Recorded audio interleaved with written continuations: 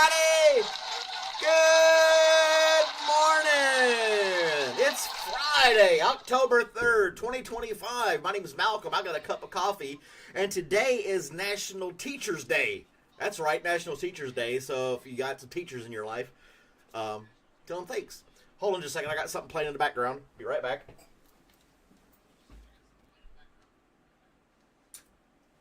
All right, I'm back. Sorry about that.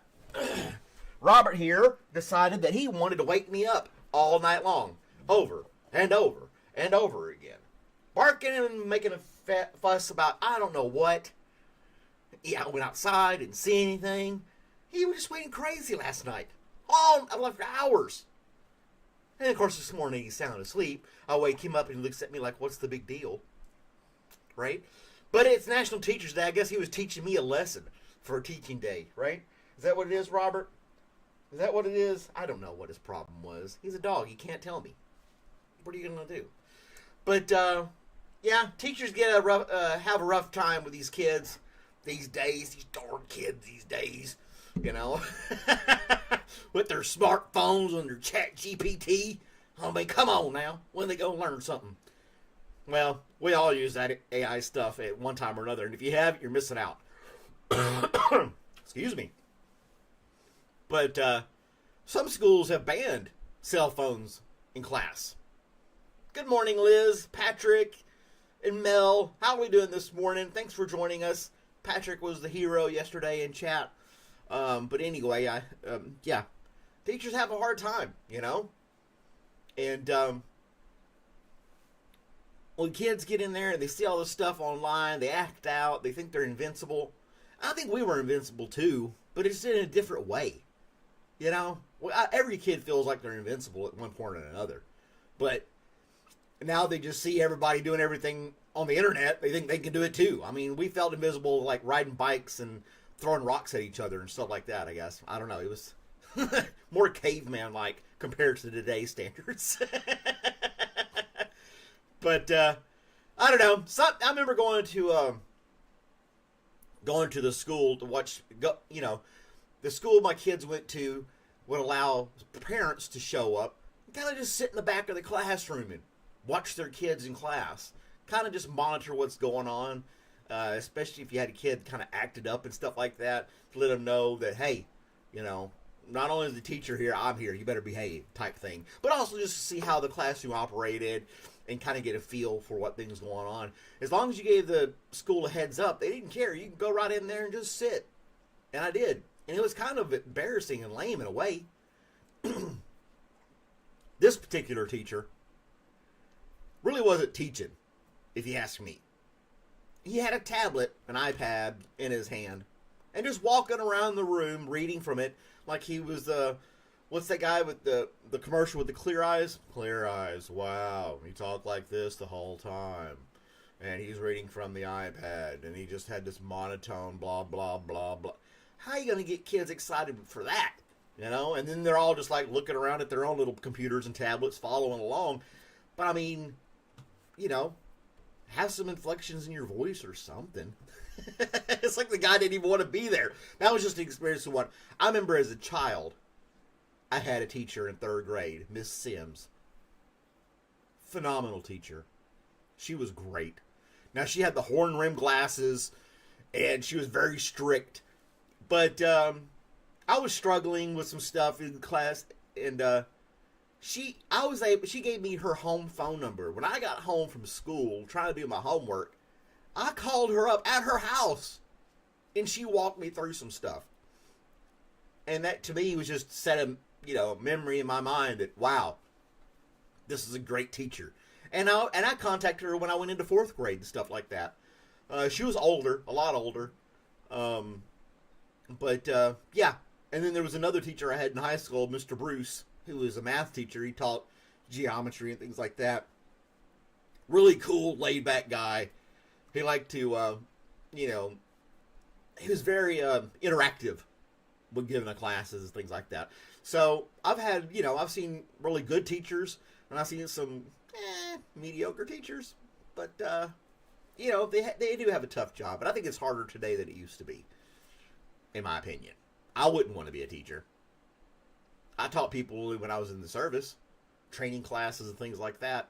I thought I was doing a decent job. But I try to put a little spin on things, keep it entertaining and fun, so people would be more inclusive, and not inclusive, but involved and interact more with what's going on. So, yeah. Teachers. On this day in history, 1995, can anybody guess what happened in 1995 that I'm about to say right here on this piece of paper? O.J. Simpson was acquitted because a glove didn't fit his hand. I don't know. I graduated high school in 95, and I was not following the O.J. Simpson case. Everybody was talking about it. I was like, whatever, you know, football player, he killed somebody. That sucks. What the hell? Why don't they just throw him in jail? I didn't watch the trial. I know it was a big thing back in the mid-90s. Everybody and anybody knew about it. It was like the first, I wouldn't say it was the first televised trial, but it was a celebrity who allegedly committed murder, all this stuff, and it was just like people were on the edge of their seats trying to, waiting for this verdict to come out. It was a national sensation type thing. It was wild. And I knew about it, but I wasn't following it. And then they're like, he's not guilty. I was like, okay, we're going to play ball later today? It didn't faze me. Or, what are we going to do? You going to meet me at the basketball court later? He did eventually serve time. He did. But it was for stupid stuff. Somebody stole some of his personal belongings, and he went after them to get it back and committed a crime of breaking and entering or something like that. I may be butchering the whole story. I don't know. But, yeah. He went to jail for that. He didn't go to jail for murder. He went to jail for, trying to get his trophies and his jerseys back or something like that. It's like, I remember a comedian talking about that. Him sitting in jail with his cellmates, like, didn't you kill those two people? Ow, Patrick said it again. Stop it. Thank you, sir. But now he's in jail for, trying to get his trophies and jerseys back. It's a very odd individual. I do remember him on the Naked Gun movies when he was, those were goofy with Leslie Nielsen and stuff like that. That was fun to watch. You go back and watch it now, like, oh, that's the guy who killed his wife and her lover. And then he made that book, If I Did It. Come on. Dude made all kinds of money off that garbage. So, but anyway, and then you got P. Diddy and his trial going on now that everybody's talking about. I don't know. It's way above my head. I don't keep up with pop culture type stuff. Not to that extent anyway. So, I remember, whatever. Of course, P. Diddy didn't kill anybody, or he wasn't accused of killing anybody. But O.J. Simpson, yep. Everybody knows him in the white Bronco, going down the highway, being chased by 30 cops. And I think it was one of the first newscasts of that kind where they had the live chopper following it, and it was a celebrity, and it's like, boom, and that was like the turn. Some people argue that that was the turn in the news broadcasting that changed it to what we have today. Because before then, it was like, I'm Tom Brokaw. Today in this country, this happened. And now we're going to go into this story. And it was like very, this is what happened. This is what happened. Now it's like, oh my gosh, it was on for extended long time. They're following the white Bronco. What's going to happen next? He's going down the highway. Oh my gosh. It's like, it changed newscasting for forever. I think that was one of the turning points in that. But, yeah. Why run if you didn't do it? He wasn't technically running. He was going kind of slow in the white Bronco down the interstate. He wasn't going 90. I think he was going 45. He's like, and he wasn't driving. He's sitting in the back. He's like, what they gonna do? They didn't try to do the pit maneuver with him, which is odd. Today, cops will take and completely destroy a cop car to stop another car, even after the car stopped. It's like they didn't try to pit maneuver him. They didn't try boxing him in. They just had this huge parade of cop cars following him. Look at it now; it's kind of comical. It looked like a parade. He was the Pope Mobile or something, and everybody was supposed to be out there cheering for him or something. I don't know. All right, so on to our next story. Now I'm going to be looking into that stuff today. If I have some time, I'm going to be researching O.J. Simpson trial and all the other garbage. Because I just wasn't privy. I didn't care about it then. Man's best friend recognized as Dog of the Year for saving him from a bear attack. So I've got a picture here. We're going to pull this up real quick for you.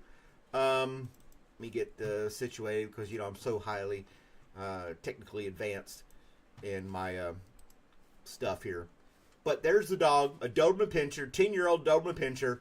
The guy was hiking down a trail that he always hikes down. I think, where was he? Is he in Canada? Calgary. I don't even know where Calgary is. That's how much I know my geography right now. I'm drawing a blank. But anyway, wherever he was, he knew to carry bear spray with him. Obviously, there were bears. Going with his routine walk with his dog, something he does all the time. This mama bear and her two cubs, they came across each other's path. The old guy was like, I'm going to die. This is crazy. And he's fumbling to get his bear spray. The dog intervenes, starts going crazy on this bear. Of course, the dog wasn't biting the bear, but it was posturing, right? And then the mama bear was like, I'm not going to deal with this. Turned around and left with its cubs. And the dog saved the day. So, man's best friend, 10-year-old Doberman Pinscher. I think Robert would do that for me. Although, I think he would probably, he would definitely bark and freak out. He does that with squirrels. So, I could imagine a bear. Or some large animal coming at me while we're hiking down a trail.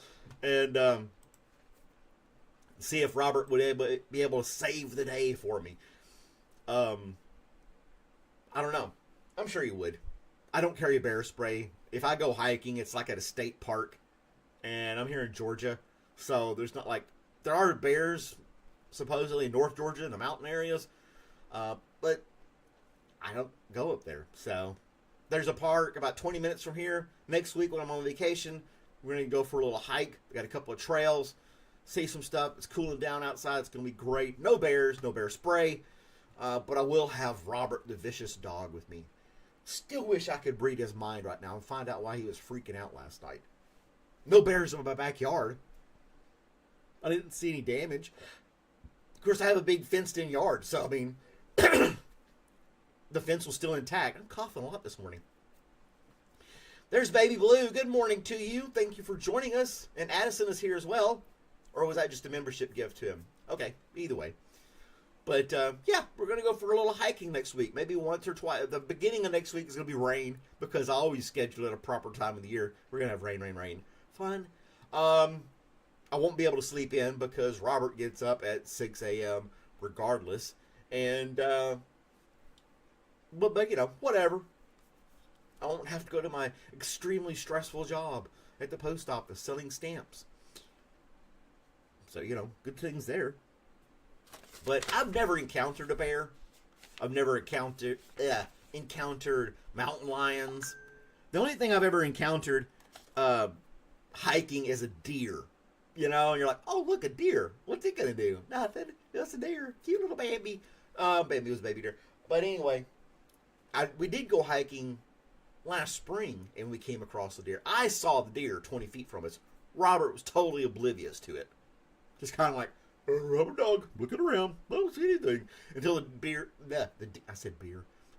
I didn't even slow down. Until the deer decided to run away, and then Robert saw the deer and tried to take after it. But I had him on a leash, so he couldn't go after it. But maybe a bear he would defend me on? I don't know. I think so. He doesn't let anybody come to the house.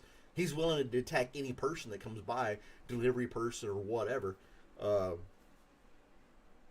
yeah, I got that going for me, I guess. So there you go. National Teachers Day. O.J. Simpson acquitted, and a Doberman saved his guy from a bear attack. That's your good stuff for the day. My time is almost up. 15 minutes of fame is over. Thank you all for watching me. Hope you all have a great day today. It's Friday. If you have the weekend off, cool, man. Enjoy it. If not, try not to work too hard. Appreciate all of you for tuning in. Have a great day, and I may see you tonight or the next time, whatever that may be. Bye, guys.